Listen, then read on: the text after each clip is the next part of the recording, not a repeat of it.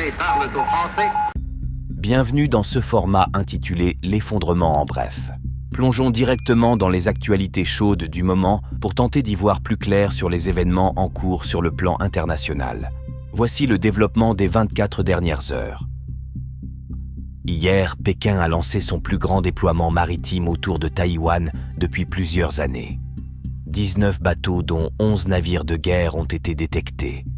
Au deuxième jour de cette démonstration de force, la Chine a renforcé son déploiement militaire autour de l'île avec des dizaines de navires et une cinquantaine d'aéronefs, a indiqué aujourd'hui le gouvernement taïwanais. Le secrétaire à la défense américain Lloyd Austin a déclaré que les États-Unis surveillaient la situation et veilleraient à ce que personne ne fasse quoi que ce soit pour changer le statu quo dans le détroit de Taïwan.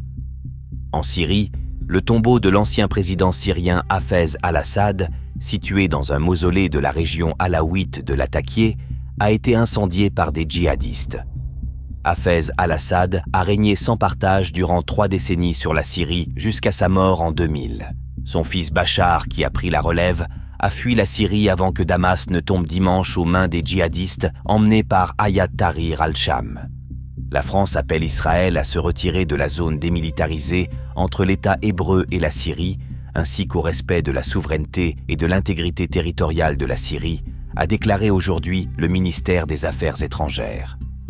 Le chef de la diplomatie américaine, Antony Blinken, va se rendre cette semaine en Jordanie puis en Turquie pour des entretiens sur la situation en Syrie après le renversement de Bachar al-Assad.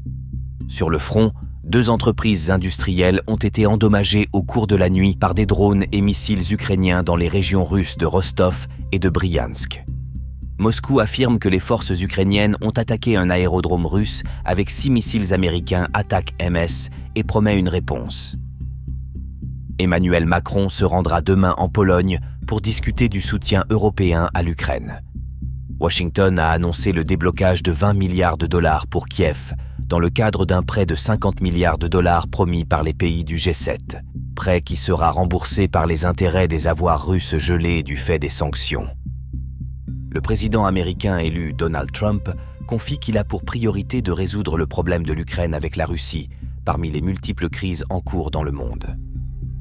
Aujourd'hui, lors d'une conférence à Berlin sur la coopération économique entre l'Allemagne et l'Ukraine, le chancelier allemand a appelé les entreprises de son pays à investir en Ukraine, qui pour lui est un futur membre de l'UE.